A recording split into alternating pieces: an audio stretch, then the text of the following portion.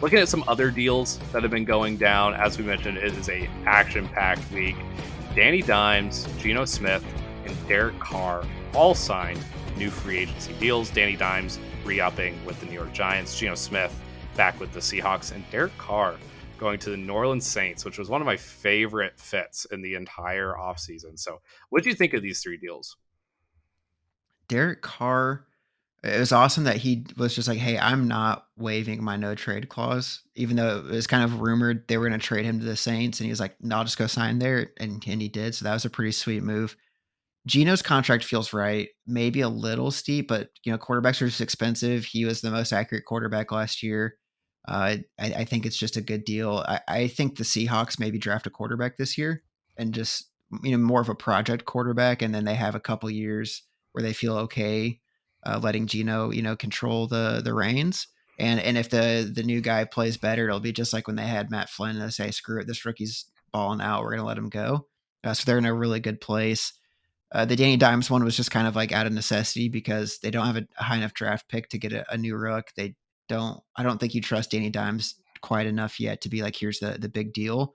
I think they were just kind of stuck between a rock and a hard place, and they got done what needed to get done. Yeah, these are all three interesting deals just because they're so large. The Derek Carr one's intriguing just because it's to a new team. They had Taysom Hill there, they had Jameis Winston there, they had Andy Dalton that could potentially come back, and they all went out and decided to get an upgrade. So I think it's good on the Saints. It's definitely dragging out the current situation, right, where they just never seem to want to tear it down. I think it's going to be a really, really great thing for Chris Olave next year if you're looking at him in a fantasy sort of way. I think Derek Carr is a perfect fit to go with Olave and whatever else free agency wide receiver they decide to bring in to replace Michael Thomas. The Geno Smith deal is a little tougher just because it's so front heavy. It has like $52 million in that first year. But I think you had to do this just because he's such a good quarterback that seems to have a lot left in the tank. And as you mentioned, could be the perfect bridge if they decide to go quarterback at 5. As a Lions fan, I hope they don't. But realistically, I think that they do. And if you could get Stroud there or Bryce Young there, like there's a lot of intriguing options there. And then Danny Dimes, as you mentioned, out of necessity, fully agree. It's very, very tough. It's hard to give an average quarterback or even slightly above average quarterback top tier money, but it's just kind of what the market requires.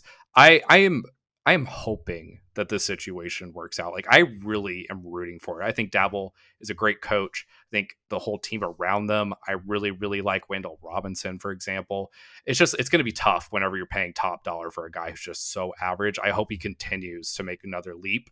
This is a big, big uh, piece of faith that they're giving towards him. And I'm really, really hoping it works out, but we will see. Other things with the Giants, Saquon Barkley got hit with the exclusive tag by the New York Giants today. And you called this one weeks ago. Tony Pollard got hit with the exclusive tag as well by the Dallas Cowboys. So either of these a surprise? No, and you can add Josh Jacobs got hit the tag today or yesterday as well.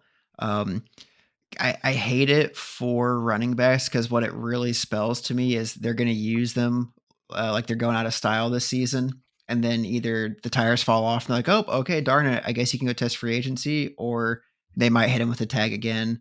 It just, it's that classic devaluing of running backs where you ask these guys to really do so much. And then when it comes time to pay up, they're like, no, I'm okay. And it just sucks. Like, I just don't know why anyone that's a young athlete would try to be a running back at this in this day and age. Yeah. Do you think that this Pollard signing, this tag, spells the end for Zeke's tenure in Dallas? I think Zeke's play spelled the end of his tenure. Like his last two seasons have been abysmal. I know we get a ton of Dallas Cowboys fans that comment on us about, oh, he's like the short yard guy. It's like he's not the short yard guy. He just can only get 1 yard, right? Like that's all Zeke has been able to do. He's got to be gone at this point. I don't know what else you would do with Zeke. Yeah, and as we saw at the combine this week, there's so many good running backs that are going to be available in this draft. There's so many good running backs in this NFL free agency class. I don't know why you would hold on to Zeke for the dollar amount that he's at right now. It doesn't make a ton of Yeah, well, I sense. mean, you talk about this draft class. I mean, and I've talked with friends before. I've talked with you. It's like you have Chase Brown, who was the leading rusher in the NCAA this year, or at least was for a good chunk of time. He might be a 6 rounder just because people are kind of sleeping on all the talent out there, just because they don't really care to grab running backs early. I mean, after Bijan Robinson, everyone's just kind of like, yeah, whatever. But it's like, I mean, Jameer Gibbs is a stud.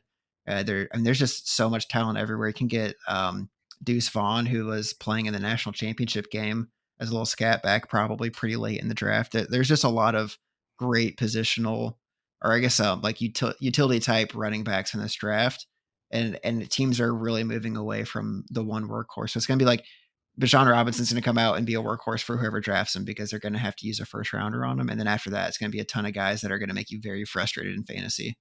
Yeah, I just look at the two teams that were in the Super Bowl this past year, the Chiefs and the Eagles. Like they both had guys that were a little bit more of the lead side, but at the end of the day, they had three running back rotations at all times. So if you can have three different guys with three different skill sets just to continually mix things up, that seems to be the formula that the NFL team should want to follow right now.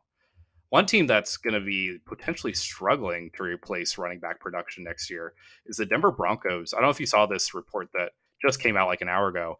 Matthew Berry was at the combine, and apparently there's a ton of concern around Javonte Williams' injury. One of our favorite players going into the NFL fantasy season last year tore his ACL. It was an ugly injury. You know, we all just kind of forgot about him as the end of the season was going on. But apparently, the injury is so bad that it could be him missing a few weeks next year to start the season. It could be him even missing all of next season next year. And one of the replacements that Matthew Berry is pointing to was Kareem Hunt could go to Denver to replace him. So what do you think of the situation? And do you think that there's any hope for Javonte Williams this season?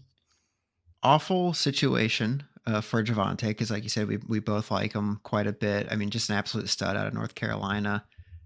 I hope it's not the case, but if that is, and they've got to shelf him for a year, Kareem Hunt has to be your absolute top priority in free agency, right? Unless they get one of these kind of stud, young running backs that we've talked about, but they don't have draft picks, so then they're going to be getting a guy in a fourth or fifth round, not an early guy. Um, I think Hunt makes a ton of sense as like the perfect Javante replacement.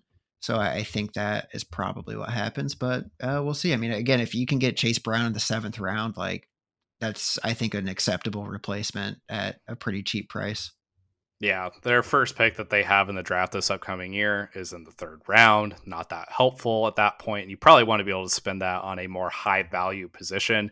And they already spent a high draft pick on Javonte Williams just a few short years ago. Do they really want to do that again? I think that free agency is the correct route to go here, just to get by. That's what they had to do this past year with guys like Latavius Murray. I think realistically they do it again and just plug and play with somebody that they can get free agency. Yeah, Another guy unless that's I was gonna say unless there's like, enough skill position guys that they love in like the fourth and fifth, where they kind of trade third down into a fourth and fifth, and try to really just throw a bunch of darts at the board and see if they can't fill in their roster because their defense is very stout, right? And their offense, it just didn't click. It wasn't anyone who was like, oh, there's no talent on this team. Like they've got receivers. Although we're probably going to talk here pretty soon about one that's possibly getting shipped out of town. I could see maybe some fourth round running backs helping them out or something. It just depends what they want to do. Yeah, and there's a bunch of guys that went off for like 2,000 yards in the NCAA. So it's like, why couldn't they do that in the NFL? So there's some good replacements there. Another guy that's toiling away in free agency right now that just can't seem to go away. I don't even know what year it is at this point. Is your boy Tom Brady is back in the news, potentially wanting to come back to a team. He went on Twitter and like kind of quelled the news a little bit, saying, I don't really want to come back. I have other priorities right now. Apparently, he's got a cat or something. But do you think there's any truth to these rumors? Do you think Tom Brady will be playing with the team next year? I don't think so, but at the same time, it's kind of like unfortunately with Brett Favre, it's like I'll believe he's retired when the season starts and he's not on a roster. Just because I think anyone knows he could probably pick it up, and if with the right team, it would work out. Um, yeah, obviously the excuse of I got my daughter a kitten, therefore I can't play football probably isn't the strongest. Like, oh, there he said it, guys. Like he's not coming back. At least this one was kind of like a Rich Eisen rumor that has probably exploded a bit. It wasn't. I don't think he's been linked to anyone outside of like potentially Miami if they're going to give up on Tua. So it doesn't feel like that's going to be the case, but we'll see. If he plays, I'll watch his games per usual, and if he doesn't, I'll be happy with the career he had. Yeah, it'd just be funny if he came back to the team, Miami, that got in He trouble and lost their draft pick he's because they still were under tampering with contract. He's him. not a So free agent though. Is the big thing. He's still under contract with the Bucks. They'd have to trade him. Yeah, definitely needs to be careful at that point. Alrighty, moving into cut candidates this past week. A lot of guys getting cut as we move into free agency just to make room before some of their guarantees and their signing bonuses kick in. Chief among them being Frank Clark, edge rusher for the Kansas City Chiefs. He got cut this past week. I said that he was a cut candidate earlier this offseason. It really, truly ended up happening. Not that big of a surprise given his dollar amount versus his production level, which was weird because it went way up when it came to the playoffs, but he was just so incredibly average during the regular season. Do you think this will hurt the Kansas City Chiefs, or do you think they'll be able to replace his production pretty easily? They'll be fine. They've Yeah, got Mahomes. They'll be okay. To your point, I thought his production in the playoffs might have put the old deodorant on a season, and they might have kept him around. But no, they're a pretty savvy franchise. They saw the production they were getting, and they said, "Get out of town." exactly. Other guys here, a lot of significant ones, but these next two are just kind of whatever. Rodney Hudson and the newly named Chosen Anderson for the Arizona Cardinals both got cut. Byron Jones was kind of a sadder one.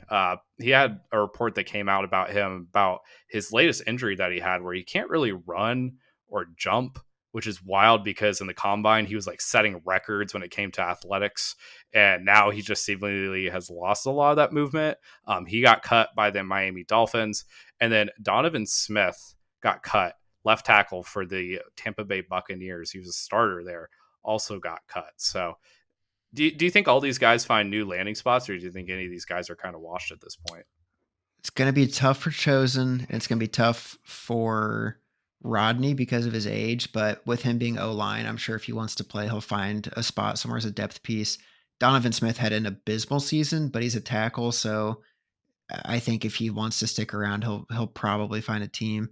If Byron can't get it back, he's probably the least likely. I mean, if the reports are true, he just has no athleticism, or he's going to get picked up and be a camp casualty. You know, like if he comes to a new team, they're like, "Holy shit, he really can't move." Like, see a pal. So that's one of the unfortunate ones. But I think a highlight here should be how awful of a trade was it for the Arizona Cardinals to get Chosen Anderson, Yeah, right? what they Like you give. get him for half a season. I think they sent like a third or fourth for him and just immediately cut him. Yeah, it's something about that entire team where they were just giving up draft picks for the most average of players just didn't make a ton of sense. And I get it, like you want to get some more weapons for Kyler Murray, but God, it just none of those actually panned out. It was a 6th round pick and a 7th round pick, but those you'd rather have those picks than Robbie Anderson at this point, right? So it doesn't make a lot of sense that they did all that. Yeah. I'd rather have the picks. I'd have rather had the picks during the season, Yeah, but I definitely would rather have them now. yeah, they chose the picks over Robbie Anderson. Smart.